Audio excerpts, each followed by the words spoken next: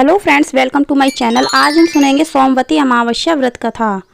महाभारत युद्ध के समाप्त हो जाने के बाद जब श्री भीम पितामह जी शरशय्या पर पड़े हुए थे तो महाराज युधिष्ठिर ने उनकी सेवा में उपस्थित होकर उनसे पूछा, हे प्रभु, दुर्योधन की कुटिल नीति के कारण भीमसेन और अर्जुन के हाथों कुरुवंशियों और अन्य राजाओं के मारे जाने से हमारे कुल का नाश हो गया है और संसार में बाल एवं वृद्धों को छोड़कर और कोई राजा नहीं रहा। इस वंश में केवल हम 5 भाई ही बचे हैं, इसलिए यह क्षत्रिय राज्य हमें शोभा नहीं देता तथा संतान के मारे जाने के कारण मन अत्यंत दुखी व उदास रहता है। और उत्तरा का गर्भ जो अश्वत्थामा के शस्त्र से नष्ट हुआ है, उस कारण मेरे दुख का वार पार नहीं रहा। हे पितामह, आप ही कहिए कि हम क्या करें और कहाँ जाएं, जिससे हमें शीघ्र ही संतान की प्राप्ति हो। इस पर श्री भीष्म पितामह ने कहा, राजन, मैं अब सब व्रतों में से उत्तम व्रत है उसे कहता हूँ। इस व्रत के करने से चिरंजीवनी संतान की प्राप्ति होती है। जब सोमवार युक्त अमावस्या हो तब मनुष्य को पीपल के नीचे जाकर श्री जनार्दन जी की पूजा करनी चाहिए और 108 रत्न या धातु के पात्र में फल लेकर उस वृक्ष की प्रदक्षिणा करनी चाहिए। हे राजन, इस सोमवती अमावस्या के व्रत से भगवान श्री विष्णु अत्यंत प्रसन्न होते हैं। तुम्हारे इसी व्रत को करने से उत्तरा का गर्भ सजीव होगा और उसके गर्भ से जो पुत्र होगा वह तीनों लोक में विख्यात होगा। श्री भीष्म पितामह की बात सुनकर युधिष्ठिर बोले, हे प्रभु, आप इस व्रत की व्याख्या कीजिए और आप यह भी बतलाइए कि मृत्यु लोक में इस व्रत ने किस प्रकार प्रसिद्धि पाई और यह व्रत यहाँ पर किस किसने किया और इसके करने से क्या फल मिला। श्री भीष्म पितामह कहने लगे, कांची नामक एक बहुत बड़ा नगर था। उस नगर के राजा का नाम रत्नसेन था। उसके राज्य में प्रजा सुखी थी। कांची नगर में एक देवस्वामी नाम का ब्राह्मण रहता था, जिसकी स्त्री अत्यंत सुंदर, उसका नाम धनवती था। देवस्वामी के 7 पुत्र और एक रूपवती कन्या हुई, जिसका नाम माता पिता ने गुणवती रखा। जब ब्राह्मण के लड़के बड़े हुए तो उन सबका विवाह हो गया, मगर गुणवती अपने तुल्य पति पाने के विचार से कुंवारी ही रही। एक दिन ब्राह्मण ने देवस्वामी के मकान के दरवाजे पर आकर भिक्षा के लिए याचना की। देवस्वामी की 7 बहुओं ने बारी बारी से आकर उसको भिक्षा दी। ब्राह्मण ने उन स्त्रियों को अवैधव्य और सौभाग्य संपत्ति का आशीर्वाद दिया। इसके बाद धनवती ने गुणवती को भी भिक्षा देने के लिए उसे विप्र के पास भेजा। इसने भी ब्राह्मण को प्रणाम करके उसको भिक्षा दी। भिक्षा पाकर विप्र ने कहा, तुम धर्मवती हो। इस आशीर्वाद को पाकर गुणवती ने अपनी माता से बताया। वह यह सुनकर ब्राह्मण के पास आई और कहा, हे महाराज, आपने मेरी बहुओं को तो उत्तम आशीर्वाद दिया, लेकिन मेरी कन्या को विपरीत आशीर्वाद दिया है। कृपया मुझे कारण समझाओ। ब्राह्मण ने कहा, हे देवी, तुम पृथ्वी में प्रख्यात चरित्र हो। तुम्हारी कन्या को यथा योग्य आशीर्वाद दिया है। गुणवती अपने विवाह के मध्य में विधवा हो जाएगी, इसलिए इससे जहाँ तक धर्माचरण हो यह करे। धनवती ने कहा, हे महाराज, यदि इसका कोई उपाय हो तो कहिए। ब्राह्मण ने कहा, हे देवी, जब सोमा तुम्हारे घर में आवे तो उसकी पूजा से इसके वैधव्य का नाश होगा, इसीलिए मैंने तुम धनवती हो यह कहकर इसको आशीर्वाद दिया है। धनवती ब्राह्मण की यह बात सुनकर चिंतित हो गई और उसको बार बार प्रणाम करके कहने लगी, हे महाराज, जिस सोमा के आने से वैधव्य का नाश होता है वह कौन है, उसकी जाति क्या है, वह कहाँ रहती है और कब आती है। विप्र ने कहा, सोमा जाति की धोबिन है और सिंहल द्वीप में रहती है। यह जब तुम्हारे घर आवेगी तो गुणवती का वैधव्य नाश होगा। इतना कहकर वह ब्राह्मण वहां से चला गया। धनवती ने सारा हाल अपने पुत्रों से कहा, गुणवती को मैंने और तुम्हारे पिता ने बड़े लाड़ प्यार से पाला है। अब यह सोमा के आने पर ही वैधव्य से छूट सकती है। तुम सब में से जो सबसे अधिक पिता का भक्त हो और माता की आज्ञा पालन करने वाला हो, वह गुणवती को साथ ले जाकर सिंहल द्वीप से सोमा को ले आए। धनवती की यह बात सुनकर उसके पुत्रों ने कहा, माँ, तुम अपनी पुत्री के प्यार में फंसकर हमें एक बड़ी कठिन यात्रा पर भेजना चाहती हो। मार्ग में 100 योजन का विस्तृत समुद्र है, इसलिए हम असमर्थ हैं। अपने पुत्रों की यह बात सुनकर देवस्वामी ने कहा, हाय, मैं 7 पुत्र होते हुए भी अपुत्रवत हूँ। भला मैं अपनी प्यारी पुत्री को विधवा कैसे देख सकता हूँ। देवस्वामी को इस बार क्रोध में भरा हुआ देखकर उसके सबसे छोटे पुत्र शिवस्वामी ने कहा, हे पिताजी, आप क्रोध ना कीजिए। मेरे होते हुए आपको सिंहल द्वीप जाने की आवश्यकता ना पड़ेगी। अतएव गुणवती को साथ ले जाकर मैं वहां जाऊंगा और कष्ट से छुड़ाऊंगा। इतना कहकर माता पिता के चरणों में सिर झुकाकर शिव स्वामी अपनी बहन गुणवती को साथ लेकर सिंहल द्वीप को रवाना हो गया। कुछ दिन तक चलने के पश्चात वे भाई बहन समुद्र के तट पर पहुंचे और वहीं पर उन्होंने एक बरगद का बहुत बड़ा वृक्ष देखा। उसके खोडर में एक गिद्ध अपने परिवार के साथ रहता था। शिव स्वामी और गुणवती दोनों एक दिन के लिए उसी पेड़ के नीचे ठहरे। गिद्ध ने अपने बच्चों को लाकर जब भोजन दिया तो उन्होंने न खाया। इस पर गिद्ध ने अपने बच्चों से पूछा, बच्चों क्या बात है जो तुम भूखे होने के बावजूद भोजन नहीं कर रहे? मैं तो तुम्हारे खाने के लिए बड़ी अच्छी किस्म का माल लाया हूँ।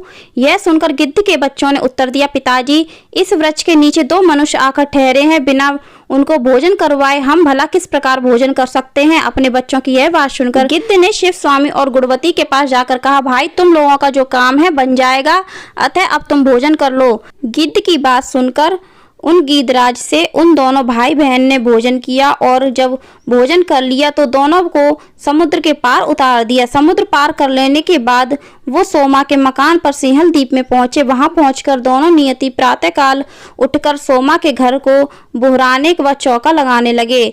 इस प्रकार 1 वर्ष तक करते रहे। एक दिन सोमा ने अपने पुत्रों से पूछा, यह प्रातःकाल कौन हमारे घर चौका लगा जाता है? सोमा के पुत्रों ने उत्तर दिया, हमें तो मालूम नहीं। अपने पुत्रों का यह उत्तर सुनकर एक दिन सोमा रात्रि को कोने में छुपकर बैठ गई और प्रातःकाल उसने शिव स्वामी और गुणवती को आंगन लीपते हुए देखा।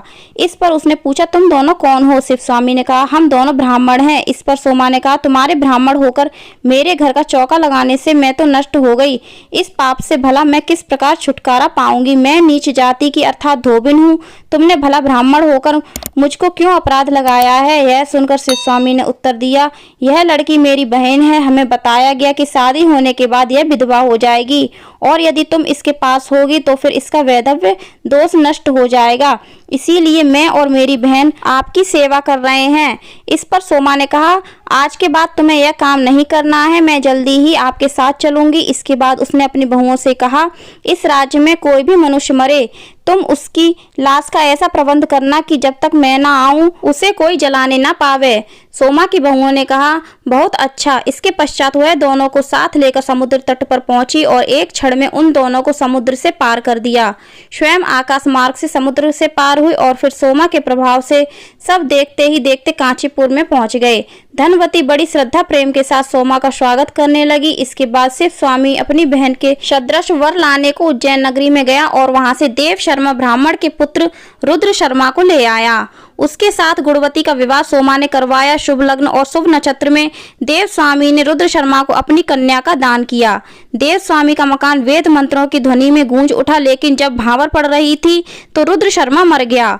उसको मरा हुआ देखकर उसके सब रिश्तेदार उच्च स्वर से रोने लगे, लेकिन सोमा चुपचाप बैठी रही और उसने अपने व्रत का सारा फल धनवती को दे दिया। मृत्यु विनाशक व्रत का फल देने से रुद्र शर्मा जीवित हो उठा और एकदम ऐसे उठकर बैठ गया जैसे कि सोते से उठा हो। इस तरह विवाह समाप्त होने के पश्चात गुणवती अपने पति के साथ उज्जैन नगरी को चली गई और सोमा भी अपने व्रत का फल देने के बाद हंसी खुशी सिंहल द्वीप को लौट गई।